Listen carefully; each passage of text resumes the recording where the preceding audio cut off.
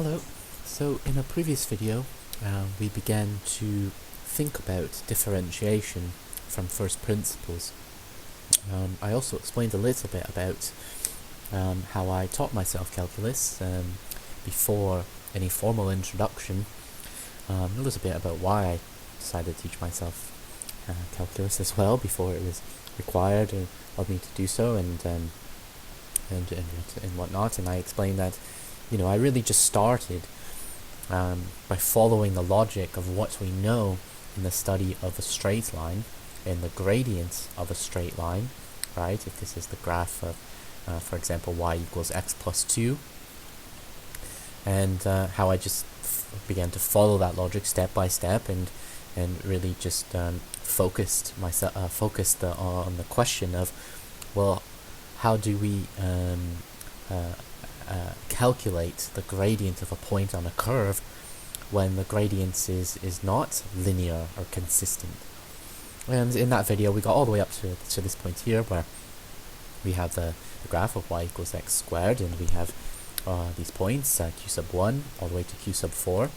We talked about how as the line gets closer and closer to our stationary point B, the secant line, which you can see here, magenta and blue and green, and finally at q sub 4 in orange, gets closer and closer to becoming the tangent at point B, and the gradient of the tangent, which I can highlight maybe in yellow, the tangent at B is going to be the gradient at that point on the curve.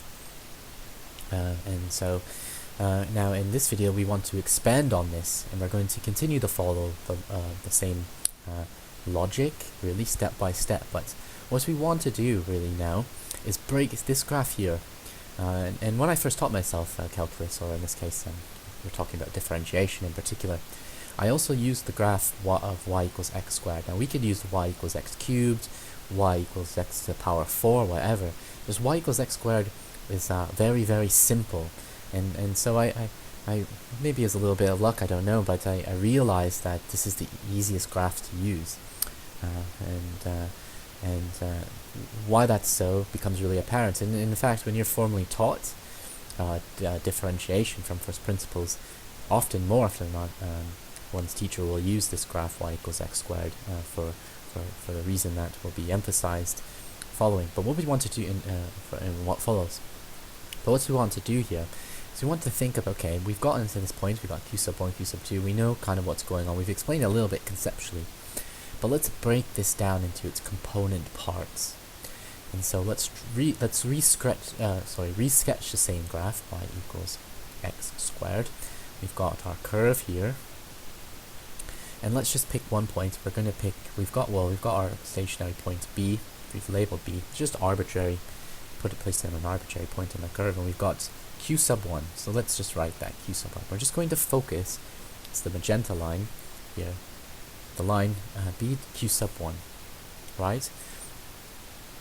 Now, and what we want to do really is we want to make an assumption, and actually, firstly, I should point out formally the step between here and here is that if we calculate the gradient of one of these lines, q sub 1, q sub 2, right, any of one of these lines, and let's point q up. Essentially, as we already discussed, approach the point B along the curve. The gradient of the line should approach the gradient of the tangent at B. And as I've already said in this video, in part 2, thus or hence, we're going to get the gradient of the curve for the points at that point on the curve. So now we're kind of deconstructing this into component parts. And now we've got BQ1. Okay, we're just going to consider here BQ1. We're going to make the we're going to make a few assumptions. But before we get there, what we want to do is we want to drop an altitude here. And my younger self, I thought the same way. Let's drop an altitude. Because we're just following the logic of the study of a straight line. If we were to find the slope, the gradient of a straight line, like we did in the first video for y equals x plus 2, I believe, right? We're finding delta y over delta x, right? So you can think of it the same way. We have 2 points, drop a perpendicular, you've got your horizontal, this is a right angle triangle, we've got delta y, we've got delta x, we can find this slope very simply. Well, it's the same logic, really. That's what we're following, and I suppose that's the emphasis here. We're following the same logic. We're dropping in altitude. We've got a right angle triangle. We can label this point here, this point right here, we can label it as anything. Let's just label it C. The y value of C, of this point, is going to be the same as B, right? This just extends right across. And we can, we'll find a value for that in a moment. Also, we don't know anything actually about any of these 2 points. But let's think about that now, shall we? Let's think. Okay, we've got this graph here, y equals x squared. We've got the point B marked. We've chosen a nearby point, which is Q1. Okay, and our assumption is going to be that Q sub 1 is very close to point B. It's very close. Okay, just like here, we know that Q sub 2 is even closer, Q sub 3 is even closer, and Q sub 4 is even closer. But we're going to start with Q sub 1, and we're going to say, okay, Q sub 1 is also very close. And we now joined B and Q sub 1. We've got our straight line, this magenta line. Okay? Now we know that point C is vertically below Q, and we know that point C is the same height as B. Okay? So let's start filling this in a little bit now. And this is not quite at this point where I got a little bit of guidance myself, but in any case, let's just say we'll just say anything. I mean, this is the graph y equals x2, so or x squared. Sorry, we could say that. Well, okay, we could just pick 2 here. Doesn't matter. We pick any number, and 2 squared is going to be 4, so the y value would be 4. You could pick 6. You could, and then it would be 36. We're just going to pick something simple. So in most cases, when one is formally taught this, you're going to be people will pick 3 or 2 or something. Let's say 3, and 3 squared is 9. So the y value at B is 9. The y value of C is also 9, right? And that's important because we know nothing of Q sub 1. We know nothing about this point yet, but we can make a logical. We can deduce, I suppose, in a sense, more information of Q sub 1 logically. And this is actually where I got a little bit of guidance initially when I first taught myself differentiation for first principles. And it's that let's just say, for example, we can pick an arbitrary value, but the assumption is that Q sub 1 is really close to B. Okay, so what is C? We need to find the coordinates of C. What's C going to be? Well, if Q sub 1 is really close to B, then we're going to pick if it's a nearby point, we're going to pick a relatively small value, aren't we? So let's choose, let's say that this point here, C is 3 plus, or let's just say that the distance here, I'll write it this way, how about I'll put it here. The distance right here between B, which is x coordinate is 3, and C is not 0.1, 0.1. Okay? I'll erase this actually. 0.1. Well, what can we, if in picking that, what does this mean? Well, what's Q? The x coordinate of Q is going to be, or Q sub 1 is going to be 3 plus 0.1, right? 3 plus 0.1. So let's write that. Maybe I'll go back to white here, or should I mark it in red? I know sometimes the color connection helps people sometimes. I've read in learning theory and things, but in any case, so the x coordinates of Q here is going to be 3 plus 0.1. Well, what is that? That's just 3.1. 3.1. Well, if the x coordinates of Q is 3.1, well, just like B, if the x coordinate for B is 3, then the y coordinate, because this is the graph y equals x squared, it's going to be 3 squared, which is 9. Likewise, for Q, it's going to be 3.1 squared. Okay? 3.1 squared. And we can leave that as it is, or we could say, well, 3.1 squared is 9.61. Okay, so I'll just write it that way. Clearly see the logic. This is how we arrived at these values. Right, now what's really interesting about this is that I suppose this is the key point. This is actually the point where I got a little bit of guidance, which is like saying, well, why don't we just say that this is not point 0.1, and from there that unlocks everything. So we can say, okay, now we can really move forward, right? Because we've got this simple graph y equals x squared.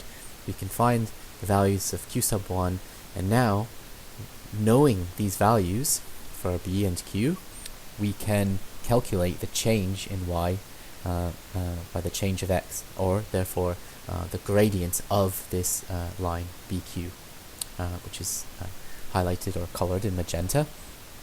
And so what is the gradient going to be? Well, let's write that. Let's write that. I'll write it right here. Gradient of we'll call it BQ sub 1 equals, well, we know that the gradient of a line, as discussed in the very first video of this short series, that it's just delta y over delta x, right? And I'm just writing it here, just showing, I'm resketching it again just to create that connection. It's just delta y over delta x. That's exactly what we're doing with this secant line.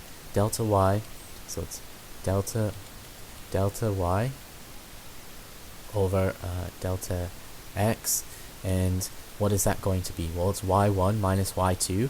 Well, what is, or y2 minus y1 rather. Well, what is y2? It's 9.61. We found that already. What is y1? y1 is 9, right? So it's 9.61 minus 9 over, what's x2? x2 is 3.1. What's x1?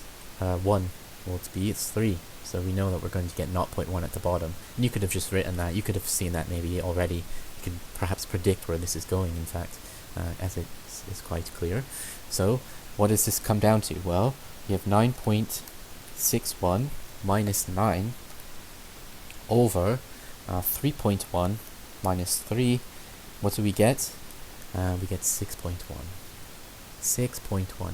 That is the gradient of this secant line, this magenta line BQ. 6.1. I will box that off. That is the gradient, 6.1. So that's a pretty cool result, because we're assuming that q sub 1 is very close to b, right? It's 0.1. We're just assuming it's very, very close. Well, what if we now built on this and expanded it, right? Because here we started with this graph, the start of this video, part 2. We've got q sub 1, q sub 2, q sub 3, q sub 4. Well, as we mentioned also in the first video, at the end of the first video and the start of this one, q sub 2 is going to be even nearer to b. And q sub 3 is going to be even nearer to b, and q sub 4 is going to be nearer to b. And so, the closer, if we take q closer and closer and closer to p, which is to say that, or to b, and we're reducing that, we're reducing bq in successive steps, just really logically following, we're breaking it down into components here, and we just follow it successive step after successive step. What do we get? Well, we get a recalculation of this gradient. And as we mentioned at the very outset of this video, that the closer and closer q gets to b, we get to the point where it's a tangent to b, and that is the gradient point of the curve at b. So let's just continue on with the logic, and that's really all that this is. And you can see its connection to early studies in one's mathematical career on finding the slope of a line, of a straight or constant line. So I'm not going to work through all those calculations of bq sub 2, bq sub 3, bq in this detail, because it would take time, and this video would become, I don't know, 20-30 minutes long, and trying to keep it as short as possible. So I've already got the values here, and I'm just going to write them here. Okay. So I'm just in a simple table. You'll see this created perhaps elsewhere, and so we've got our BQ, we'll just call it BQ, okay, and we've got 0.1, which is we've already calculated. Now let's say it's so let's say q sub 2, right? So this is q1. I'll just write that here. Now what's q sub 2? Q sub 2, let's just say it's 0.01. It's even closer. Now what about q sub 3? Well, let's say it's 0.01. And what is q sub 4? Q sub 4 is just going to be 0.0001. right? It's just even closer, as we see here. So you're getting even closer. And in fact, maybe we could, this isn't obviously to scale per se. I mean, q sub 4 would probably be even closer than that, but in any case, we can, I'm sure it's clear enough what's going on here. And so what about QC, right? The value of QC then. The corresponding value of QC, I should say. Well, let's write that. QC, when BQ is 0.1, QC is 0.61. And likewise here, when it's 0.01, it's going to be 0.0601. And it's getting smaller and smaller in value, and likewise here, I don't even know if I have enough space, it's going to be 0.006001. It's getting even closer or smaller, and likewise now finally here we have it's 0.00006. Oh, whoops. 0.000601. I think that's right here. And so in the final column, what is delta or delta y over delta x, or in other words QC over BC? Well, it's going to be 6.1. This is going to be 6.01. Well, we've already found that, right, didn't we? Up here, 6.1. Just to highlight that connection in case that wasn't already made, right? We've already found that. It's 6.1. So when it gets even smaller, when BQ is even smaller or gets even closer, what's the next value? It's 6.01. Likewise, for the next, for Q3, what's it going to be? 6.001. Now, finally, for Q4, it's 6.0001. What's happening here? Well, the gradient of the line, PQ, as it gets closer and closer and closer and closer, right, seems to approach, or what we could say more technically, it tends toward 6, doesn't it? It's getting, this is 6.1, 6.01, 6.00, it's getting closer and closer and closer to 6 without ever actually reaching 6.